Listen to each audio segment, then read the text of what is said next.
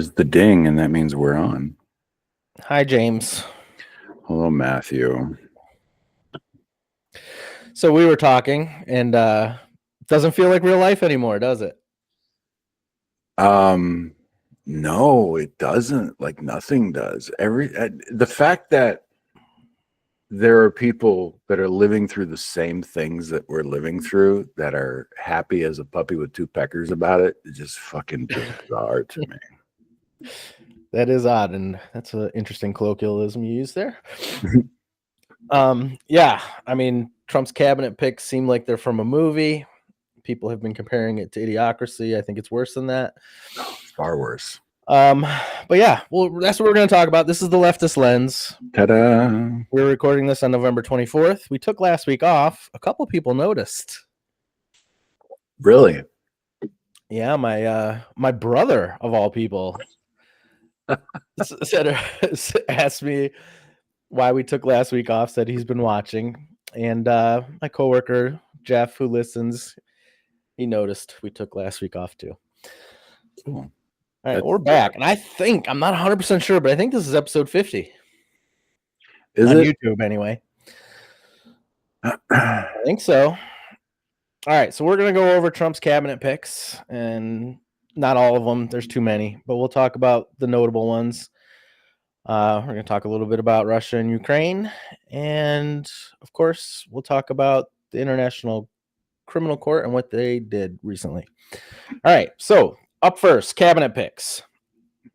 We're going to talk about them in the order I put them originally, because that was just how I thought of them. I guess that's fine. You didn't dissent. Okay. No, go ahead. All right. The Attorney General. So initially, Donald Trump nominated Matt Gaetz for Attorney General. We didn't really have time to talk about that. A couple days before the ethics report that the House Ethics Committee put together on him, he resigned from Congress.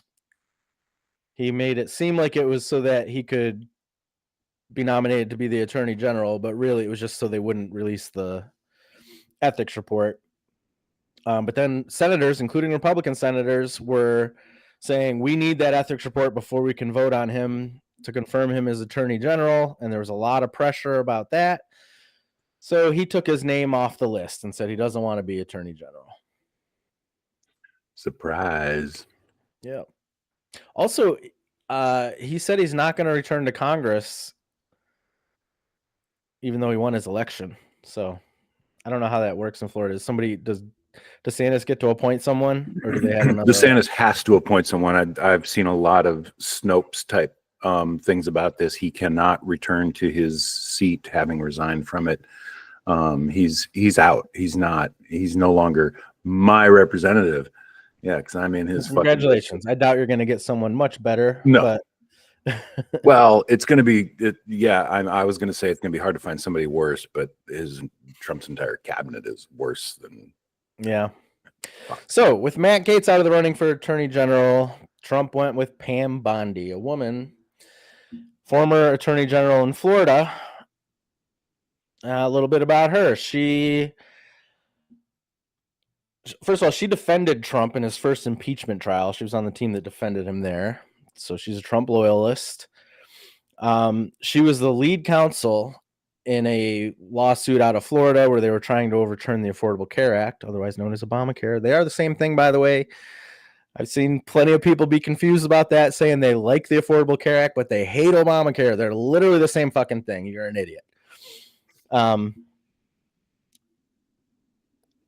She's opposed to medical marijuana.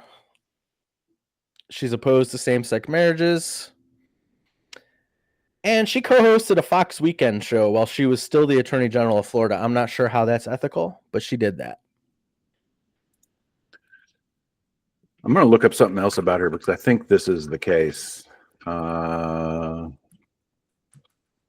think she was AG in Florida when DeSantis went after Rebecca Jones. Oh, really? Yeah, Rebecca Jones, who tried to take Matt Gaetz' seat from him. She was a COVID whistleblower in Florida that was exposing DeSantis's weaponization. during COVID and his fucking shenanigans. But she was AG who was co-opted by DeSantis to go after her and destroy her life, which fuck both of them.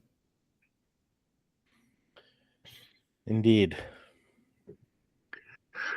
Who else is in this stinking, festering, rotting pile? All right. Well, for Secretary of Education, we got Liinda McMahan, and I'm going to be honest, she's actually the closest to actually being qualified for this position.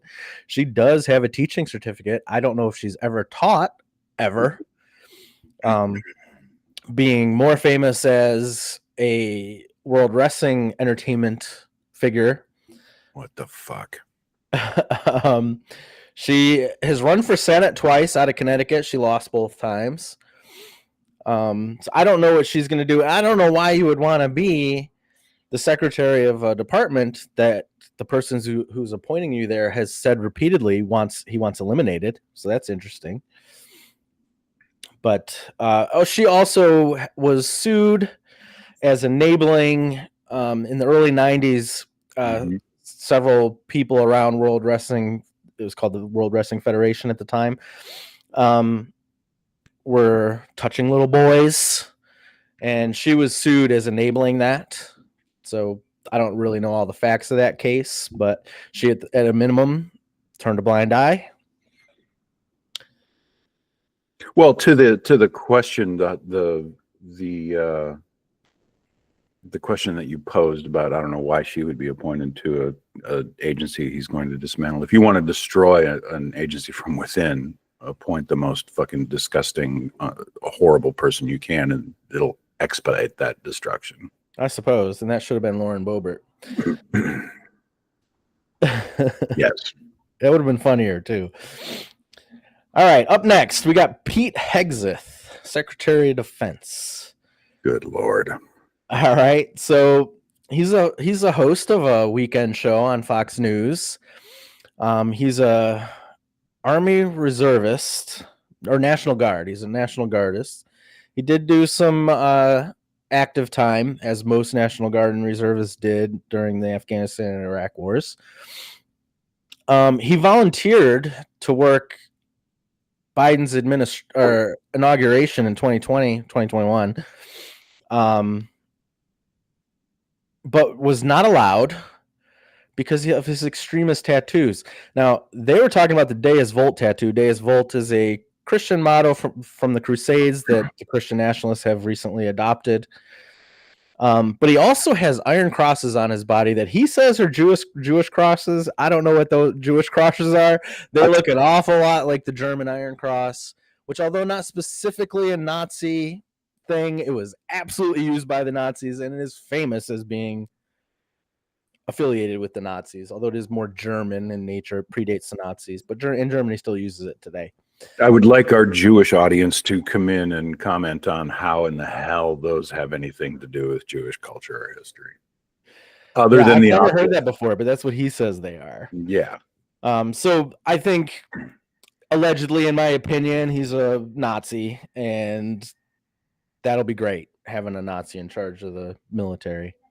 He's not going to get confirmed. I'm going to say it right now. He will not get. There's several in this that are not going to pass confirmation. And by the way, I had put out there that Trump's going to bypass by recessing Congress himself and doing recess appointments, and then never moving beyond those recess appointments. They're going to stay in there permanently. I have learned that is not possible in any of these cases, because the only way that the president can unilaterally recess Congress is if there is a disagreement between the House and the Senate about the schedule for the congressional hearings and so forth. There is no disagreement between the House and the Senate about the schedule. That is the only way that the president can unilaterally recess Congress. And so that is not an option in this case. So these are all going to go before Congress. And the number of Republicans that I'm seeing that are highly skeptical, if not opposed to some of these appointments, is a little shocking to me. I'm surprised that any of them are not in lockstep, because there's a lot of stuff that's making it, that has become public with these Republican politicians talking about being in lockstep with Trump. Those are House members. House members are absolutely in lockstep, most of them. But the Senate does seem to be a little more restrained. They, in fact, were in of the three candidates that the Republicans were picking between to be the majority leader in the Senate, they picked the least Trump loyal of them all. Mm-hmm. So that's good. Maybe the Senate will be reasonable and not allow some of these people to be confirmed, but who knows? Well, I think the one I'm gonna say up front that the ones that are not going to make it through confirmation are Hegseth, Gabbard, and fucking Oz. I don't think that. I don't think those are going to make it through confirmation. I think they're going to be replaced with somebody else. All right. Well, we'll see. All right. Up next, Health and Human Services. We got RFK Jr. I mean, if you don't know, Health and Human Services encompasses the Centers for Disease Control, the Food and Drug Administration. That's a lot of power. Yes. And this guy is insane when it comes to his knowledge of anything at all, to be honest. But he's anti-vaccine, so I don't know. I don't know if you haven't noticed, since the anti-vaccine movement has spread, there are record numbers of measles cases in the United States now in children. That is happening. So that can only get worse if he starts doing things like banning vaccines, which I don't know if he can do that, but as being in charge of the FDA, he can definitely make sure new ones don't get approved. Well, and above and beyond that, he is already and has been in a position of power for propaganda that is now elevated, and he can convince a lot of stupid people to avoid getting vaccines, and people will die as a result. Yes, they will. So that's a terrible pick, but you didn't name him in the ones you didn't think would get confirmed. So you think he's good? I think he's going to get confirmed. I think just by virtue of this is a disgusting dynamic in it, just his name is going to ensure he'll get confirmed. I just want to say, if you go to the doctor because you have headaches and they look inside your head and they say, oh, there's a dead worm in there that was eating your brain, but it died, I feel like that should disqualify you from being in charge of the Health and Human Services. I think you should go into candle making or something benign where you're not going to affect the lives of other people. Yeah.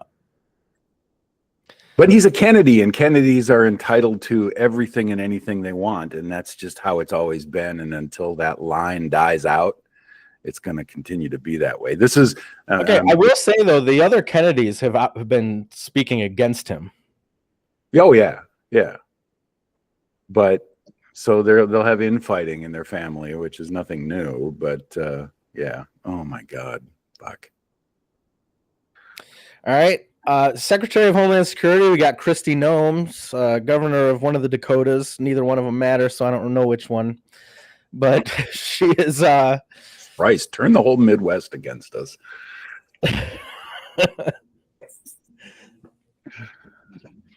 I don't know, man.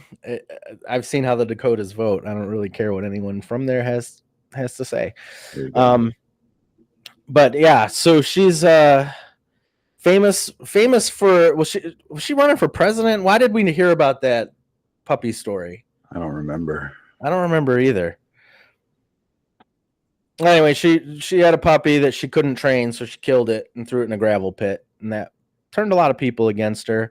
Other than that, she always has her gun in her photos. Always. Fucking weird. She walks around like she's hunting all the time. Weirdo. I don't know. I don't know how she's qualified to be Secretary of Homeland Security, but I don't know what the Secretary of Homeland Security does. So, do you?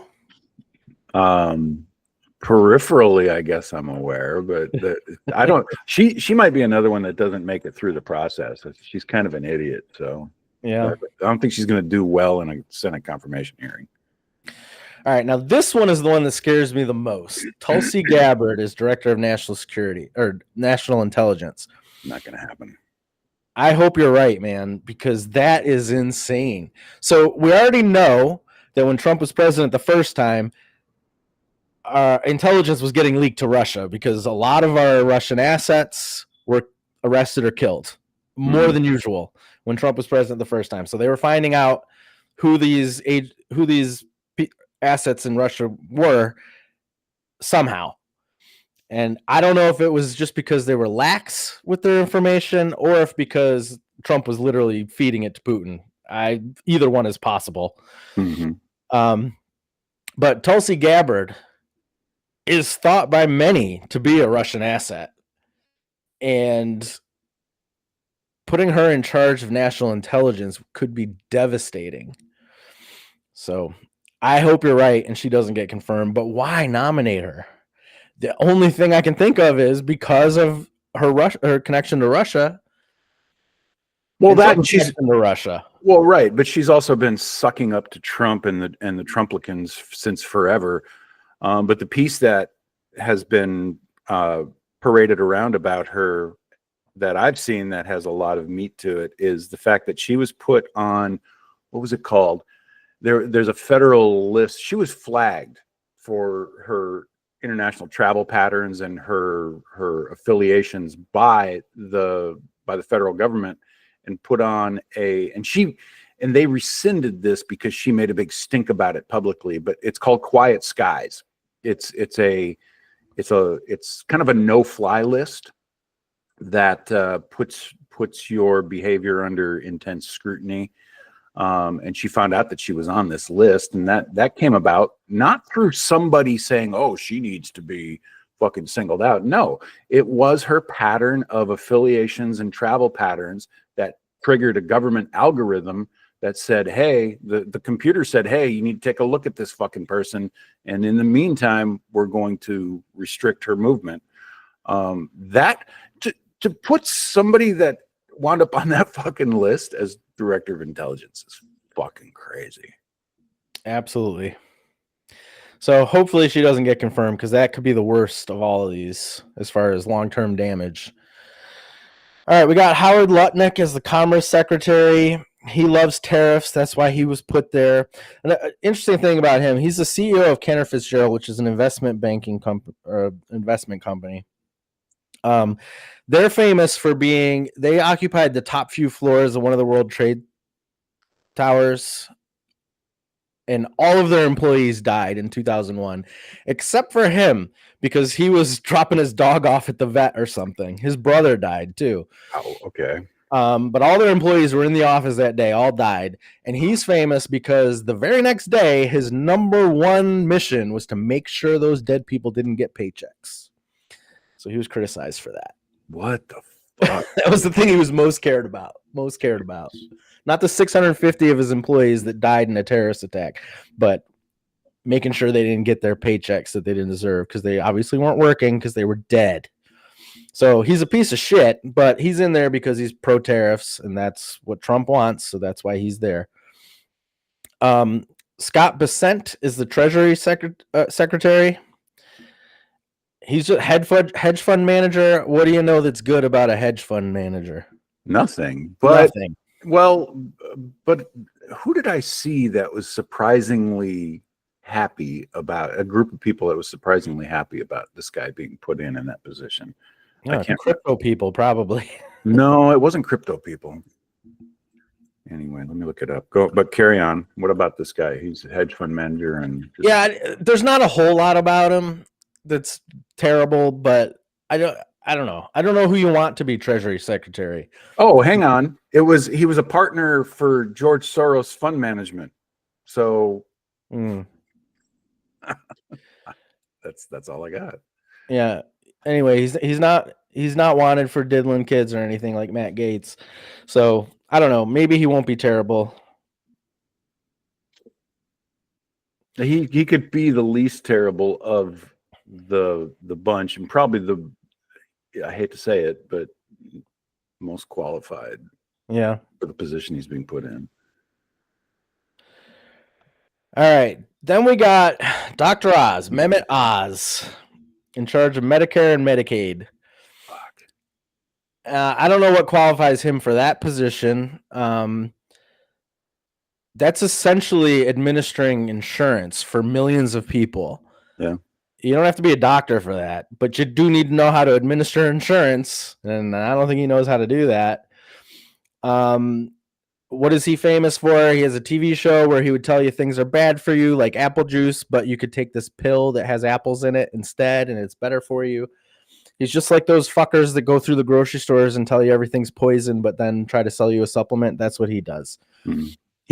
He's going to be in way over his head. He has no idea what is going to be required of him in that position.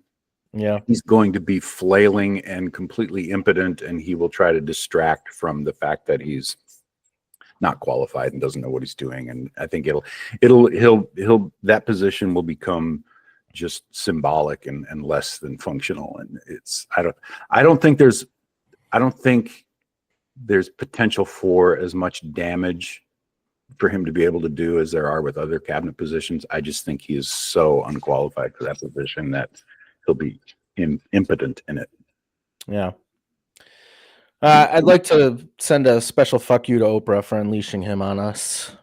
And yeah, right. She created him, didn't she? If it weren't for you, Oprah, we would never know who this guy is, and he wouldn't be here. Yeah. So, all right. Now, this is the worst one. This is not a cabinet position, but Trump created a border czar, which, they accused Kamala Harris of being, but that was never a position before. Now it is, but it's not a cabinet position. He doesn't need to be confirmed. He has that role. He wrote the mass deportation part of Project 2025. So all you people that say Trump is not enacting Project 2025, yes, he is, because he's nominating people to work with him that wrote it. He was seen on video being asked about how do you deport people without separating families, and he's like, oh, you just deport them together. And he described the internment camps that he's going to build and all that stuff. So I don't know if they're going to deport 25 million people. I don't feel like they're going to have the resources to do that, but he's in charge of it at any rate. He's a foul human being. He is. He's a terrible person. There was another dude that was is being appointed to a position. There's kids playing outside my window, so their fucking noise is coming in. Little swarthy dude with he's in with guns. He's got pictures of himself holding guns and shit. Sergio Gore, that's who it is, I think. Let's look this up. He's presidential personnel office head. I don't know if that's the guy I'm thinking of. No, that's not him. Is it? Well, he does have a position. Well, he's got a podcast. No, that's not the guy I'm thinking of. He's been picked to lead the presidential personnel office. So that is the office that's going to be firing all the career federal employees that Trump doesn't want, right? Apparently, yeah. That's what his job will be. That's not the guy I'm fucking thinking of. I'll have to look this up, and we can attack him next week. But yeah, what a fucking joke. All right. Now we got the stupidest thing. The Department of Government Efficiency. This is the stupidest thing. First of all, Trump cannot just create new departments. So the Department of Government Efficiency is not a government agency. It's not part of the government. It's been created as like a nonprofit outside of the government. But they did recruit Marjorie Taylor Greene to be their inside gal and propose the bills to Congress that they recommend. And here's what I don't understand. How is it supposed to work with both Elon Musk and Vivek Ramaswamy being in charge of the same agency? How is that going to work? Well, I saw something interesting about this the other day, that the the fact that neither of those two people have any understanding of how these agencies work, that they're going to be reformulating, criticizing, modifying, whatever they're going to be doing, they have zero understanding of the intricacies of those agencies. And so they're going to be much like Mehmet Oz in his position, where when they start digging into this, and they try to create recommendations for internally restructuring these agencies, the recommendations are going to fall flat, because these two guys have no concept of how these things work. And so it's largely just this agency that exists outside the government, by the way, is just a ceremonial thing for these two guys who were buddies of Trump. There's no substance to it. But yes, they did put Green as the liaison, which she's laughed out of Congress most of the time. By the way, Green, I did not have on my 2024 bingo card, Green exposing the entire Republican Party as pedophiles. But I got to fact check you there, man. She didn't say that.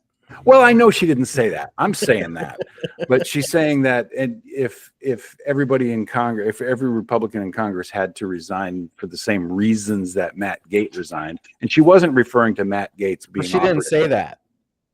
She didn't say that either. It came from a satirical website. No, fuck you. It did.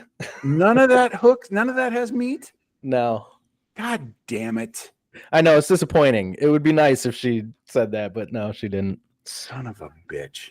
She didn't. But she did say that she wants the ethics report released, and she wants all the reports about that released, like the Epstein files and all that. She did say that. But she did not. I don't believe she thinks that it'll be full of Republicans, even though it probably is. But, because the extreme MAGAs, they think Democrats are all pedophiles, despite all the evidence to the contrary, that their own party is full of pedophiles. Yep. They still think that. Oh, I'm sorry, this is an aside. If you don't know, Germany does not have free speech. Okay, so you're not allowed to just say hateful things like apparently you can here, right? So somebody said that the Catholic Church is a cult for kid fuckers. And that went through the court system. Is that hate speech? And the German court said it is not, because it is factually accurate. Right. Oh my God. Kudos to the German judicial system for stating the obvious. Yep. Good Lord. All right. So the other alarming thing about Elon Musk, he tweeted this, and then Joe Rogan said he would be on board and help him out. Comcast, whoever owns MSNBC, I think it's Comcast. They announced that they're spinning it off and offering it for sale. And Elon said that he wants to buy it. I mean, I don't know. I don't know how much more that would matter. He's already turned Twitter into a right-wing mouthpiece. Well, I think MSNBC, Joe Scarborough and Mika Brzezinski shot themselves in the foot with this little pilgrimage they did to Mar-a-Lago, and Trump's tweet after that about what it really was. And it wasn't like we offered them a summit and Joe should be thanking me for his job. So they shot themselves in the foot as being sycophants for the, I'm not going to say sycophants for Trump, but sycophants for the normalization of Trump, which is what they participated in over the past 8 fucking years. And so MSNBC, Joe Scarborough, and Mika have shot themselves in the foot. So they may as well become a leg of Elon Musk's empire and just further drill themselves into the ground. I'm not paying. Yeah. I've never paid any attention to them. I've never given them any kudos for. I I haven't either, but they're not the entirety of MSNBC. But you're right. All the media is normalizing Trump. Yeah. And yeah, that's not okay. So if Musk buys it, it is reasonable to expect that he will turn it into the same disgusting shit show that Twitter became when he bought it. And by the way, open a Blue Sky account, everybody. Get on Blue Sky. Blue Sky is the anti-Twitter.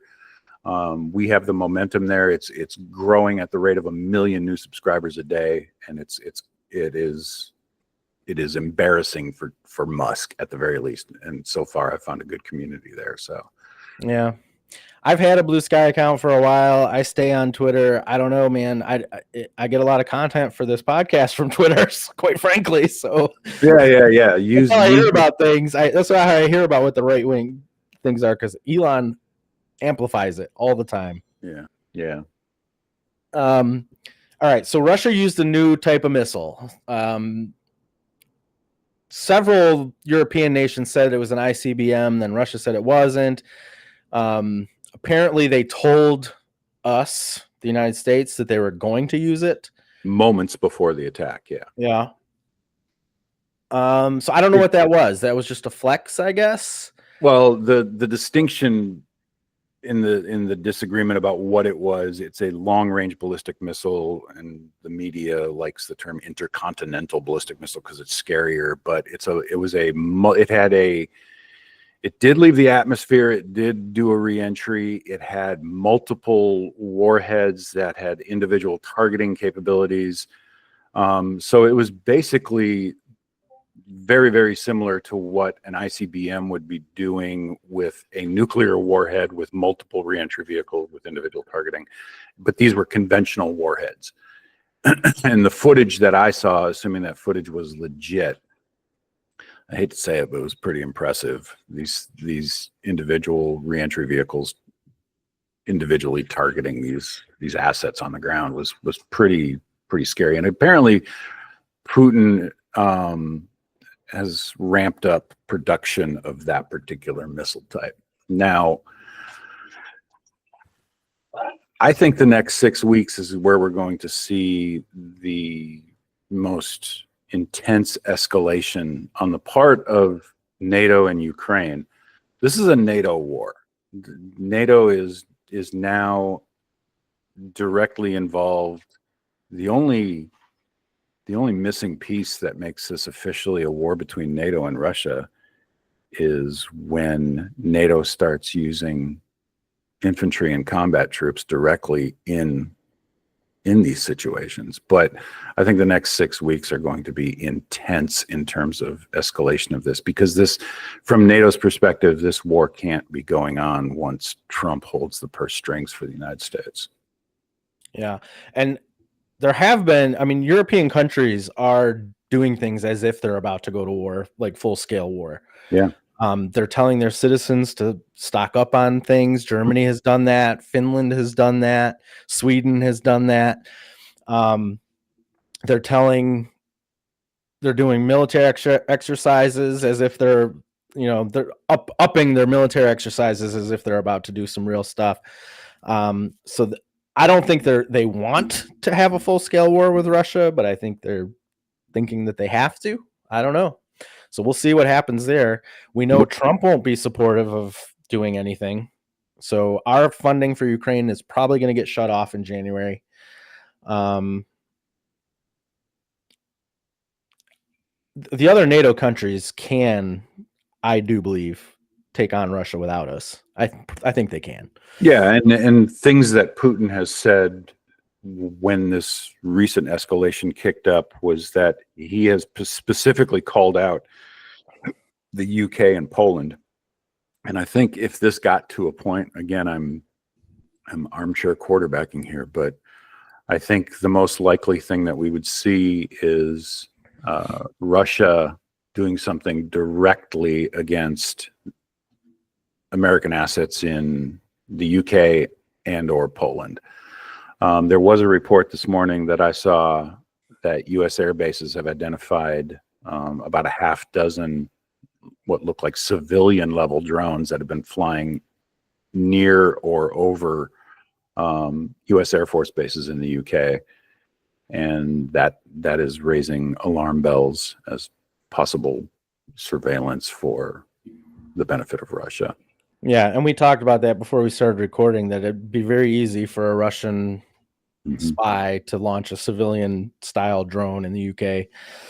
That'd be fairly easy.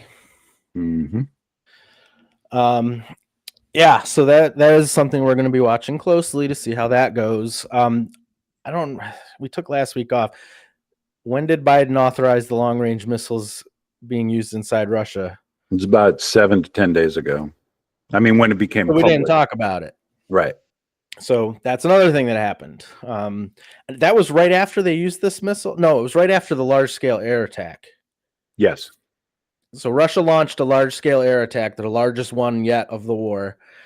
And after that, Biden authorized Ukraine to use long range American missiles on targets inside of Russia, presumably the airfields they launched those attacks from. Yeah, and at the same time, France and the UK, because each has their own version of some of these longer range missiles, they also authorize, like with the UK, it's a Storm Shadow. I think it's a cruise missile.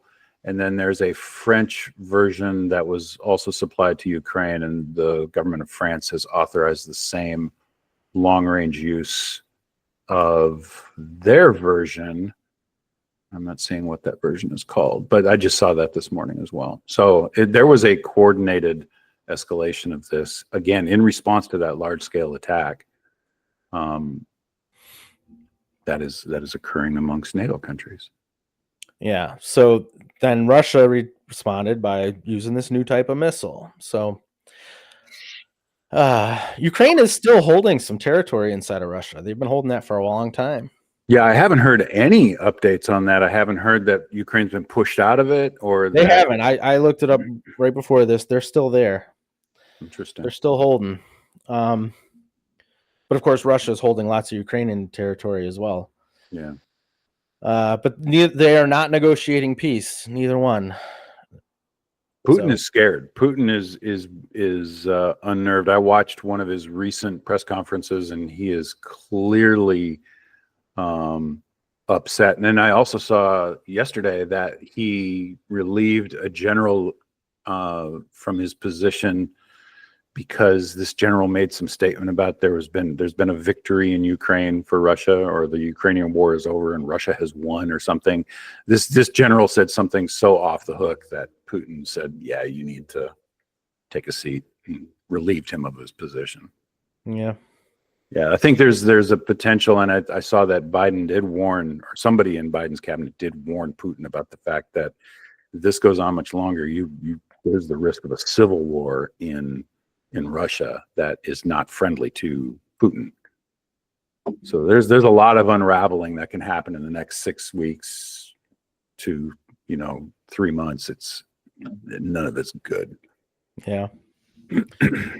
All right, and the other international bit of news is the International Criminal Court issued arrest warrants for Benjamin Netanyahu and some of his generals. Mm-hmm. They had announced that was possible months ago, but they've actually done it now. Under that, countries that are a party to the International Court of Justice are required to arrest him if he were to visit their countries.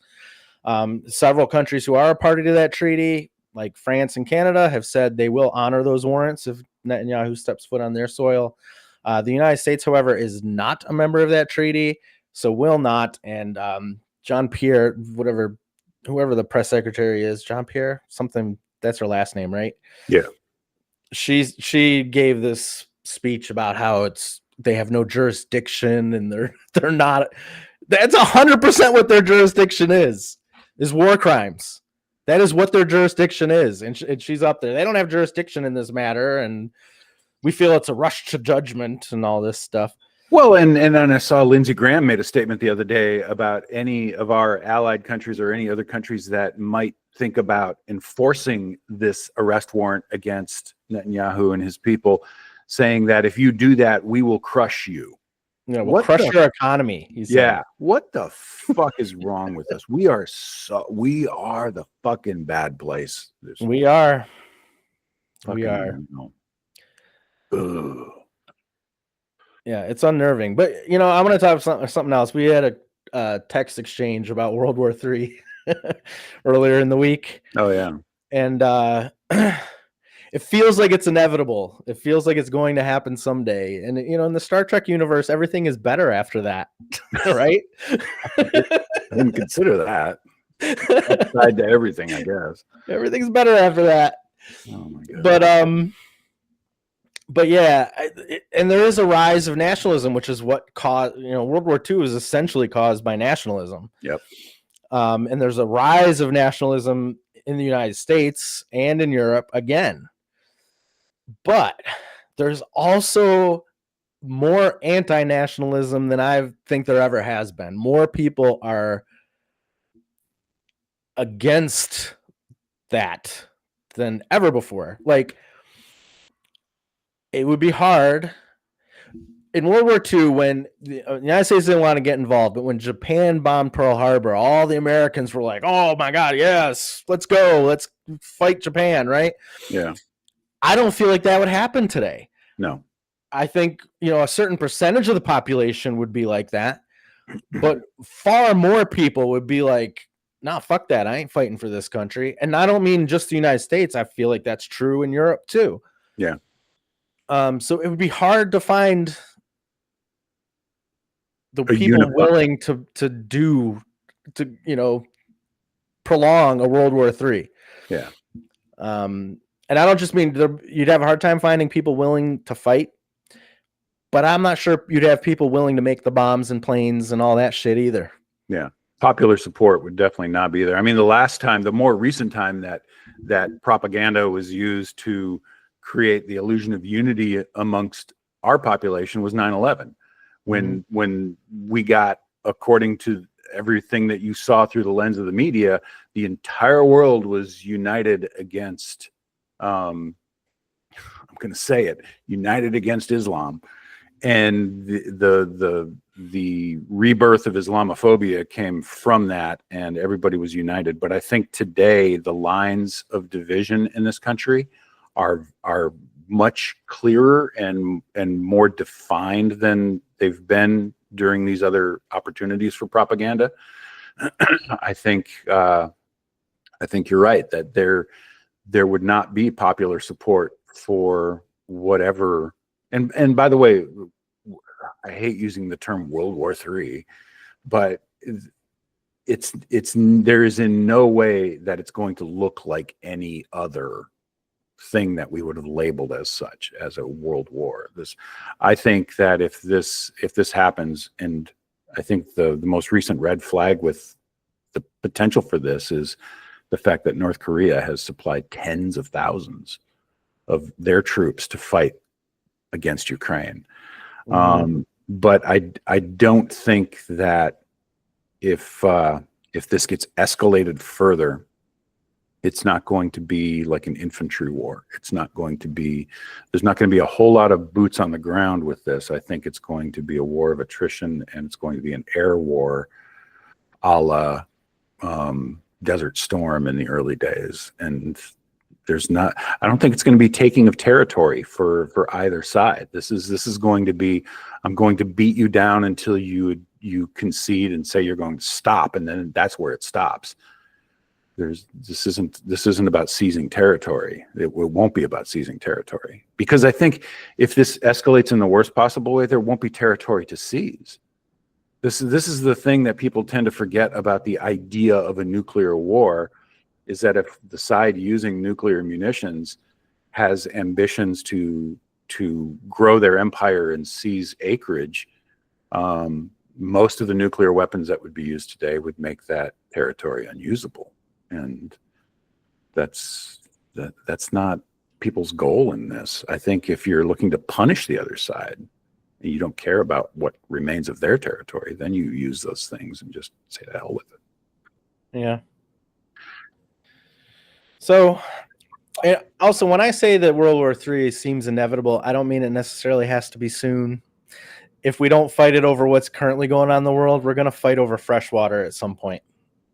Oh my God. Yeah. So I saw an article by Popular Mechanics last night that I thought it was clickbait, but I fell for it and I went into it, and it's not clickbait.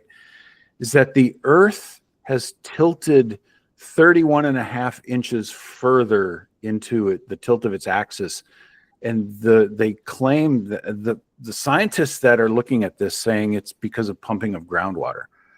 That when we displace the amount of mass that we're displacing, in this case by removing groundwater from one area and consuming it and having it go somewhere else, it is shifting the mass of the Earth, and it has done so by a larger percentage than has ever been witnessed before. And that's going to affect things like seasons, weather patterns, and all sorts of things. The pumping of groundwater has fucked up the Earth still. Yeah.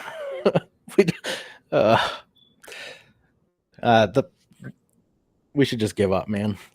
the plan. You know, how has the rest of the animal kingdom not decided to overrun the humans yet? Yes, dogs and cats, rise up and remove us from the food chain, please. If there were intelligent life out there that is beyond our solar system, that is witnessing us from afar, I don't think they would ever decide, hey, we need to come in and help these people realize how fucked they are. They're like, well, they're done. And that's their only perspective. Yeah. Holy fucking shit. Anything else of import, or you want to talk about your shows that you've been watching? I started watching an Australian show that TikTok has been spoon feeding to me in bits and bytes called Mr. In Between, and I want to advocate for the show. It's got 3 seasons and it's fantastic. I started out watching it thinking, oh, this is hilarious, and it's become very, very serious. It is the Australian version sort of Barry. Barry was a great fucking show. I think it was on FX, had Bill Hader. Barry is epic. Mr. In Between is equally good, and I'm hoping for a 4th season. I don't know if there's going to be a segue that makes it possible. I'm about done with season 3. I'm going to finish it in a little while here. But yeah, Mr. In Between. 2 thumbs up. All right. I'm still working on American Gods, which you recommended weeks and weeks ago. How far into it are you? I'm on season 2. Okay. I like it. Okay. I watched Smile 2. Ugh. I liked it. I thought it was good. I thought Smile was good. I thought Smile 2 was equally good. You started watching The Expanse. Did you continue with it? No, I just watched the first episode so far. Oh, come on, dude. Don't give up on it, is all I'm saying. Okay, it'll be next or something. Okay. Yeah. I know you don't have the kind of time that I don't have the time to binge that you do. Yeah. I get through, a few episodes a week. I tried to watch the new Daisy Ridley movie Magpie. I was 2/3 of the way through it, and I sat and I realized I have no idea what the fuck's going on in this movie. I absolutely hated it. I like Daisy Ridley and the other stuff that she's done. This is awful. It's fucking awful. Don't watch it. Watch it and hate on it. And go your route. I'm gonna have to watch it now. Yeah, it's terrible. All right, and Chuck Woolery died. If you're of a certain age, this was another one of your stay home from school shows. You would see Chuck Woolery doing. He was a game show host. Oh yeah. Dating Game. I feel like he did. He always said, "We'll be back in 2 and 2, 2 minutes and 2 seconds." What was the more recognizable show that he hosted? The game show. I don't know. He hosted a lot of game shows. He didn't do the Big Bucks, No Whammies. Wheel of Fortune. He was the first host of Wheel of Fortune before Pat Sajak. Yeah, I didn't know that. Love Connection. That's what he hosted, which was on that was on in the afternoons, maybe if you stayed home from school, like 1 o'clock or something. You'd watch Price is Right, and then eventually you'd see Chuck Woolery. Yeah, he hosted a bunch of game shows. I don't know what kind of person he was, but he was a famous game show host. He died. I'm coming to terms with the fact that everybody dies, and I don't mean that flippantly. So far. Like, I saw Pearl Jam is out on tour again, which kudos to them. Fantastic musicians. Eddie Vedder is just he is an absolute god. But I was watching Mike McCready, who's the guitar player for Pearl Jam. My God, some of these guys have not aged well. Mike is one of them, and I remember discovering Pearl Jam, and I go and I look at myself, and I'm like, I don't feel as old as these guys look, but we're the same age. Yeah, and I'm beginning to wonder if here's the thing. I should pull it out. I'll get it close by somewhere. Fuck. My high school yearbook. I went to a high school in Wisconsin called Highland High School, and so the cover of my yearbook is the Highlander, and there can be only one. I want to point out those are terrible movies, by the way. No, they aren't. Yes, they are. Watch them again. Highlander 2 is so fucking stupid.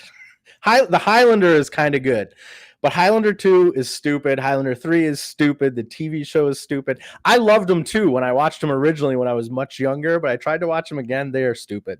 I didn't know there was a TV show. There was a TV there was. Show? It didn't have Lambert. What's his name?